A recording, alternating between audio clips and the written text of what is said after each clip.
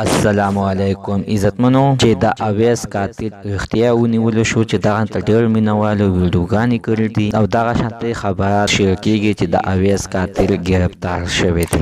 مینوالو کو غواړي چې د حقیقت نه خبر شي نو زمونږ د ویډیو د ساعت تر اخره پورې وګورئ چې تاسو ته پوره معلومات در ورسیږي. د دې معلومات نه مخکې زه تاسو ته دا یادګینه وکم تاسو کو تر اوسه پورې زموږ په دې چینل کې نوی وي چینل هم نوی سبسکرایب کړئ. مهرباني وکړئ زموږ عمده چینل د سره سبسکرایب کړئ خو کې وسره ټلې نشان د ټلې نشان وهل چې خره یو نوی معلوماتي ویډیو تاسو ته په اسانۍ باندې در ورسیږي. عزتمنو ځینې خبرونه په سوشل میډیا کې شیر کوي خو د دې نه د تاوانونو نه خبر نه دي چې څومره تاوان لري. سوشل میډیا کې دا خبرونه ډېر شیر کېږي چې ځینې کسان د پیج د لایکولو دپاره داسې پوسټونه کوي وایي چې د اویس قاتل ونیول شو او ګرفتار شو. اول درته دا ویم چې دا خبره څه حقیقت نه لري. کو حقیقت یې لرېدو نو اعتباري کسان به خامخا داسې ویډیو سازه کړې وه او ټولې دنیا ته به یې سلام ایښي وه او ورته به یې ویلې چې دا د اویس قاتل دی ګرفتار شوی دی.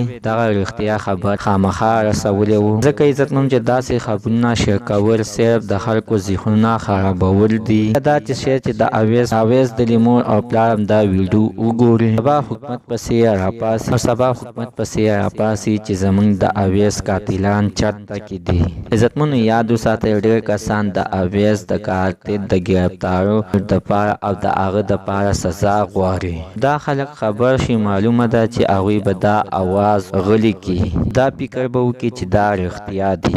سبا به دغه شانتې بل نور قاتلان به راپاسي او دغه شانتې بل اویس به قتل کړي او داسې سلسله به روانه وي.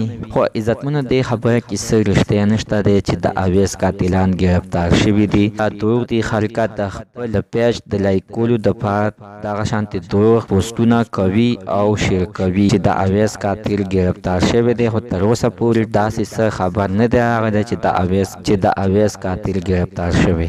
دغه شانتې موږ تاسو سره ډېرې ویډیوګانې شیر کړي دي د اویس په باره کې. د اویس دوستانو سره موږ رابطه ساتلې وه او هغوی موږ ته ویل چې قاتل گرفتار شوی دی چې دویم دوباره وکتل نو یعنې دا خبره دروغ وه او نه دی گرفتار شوی او د پولیس تر اوسه پورې د هغوی په تلاش کې دي.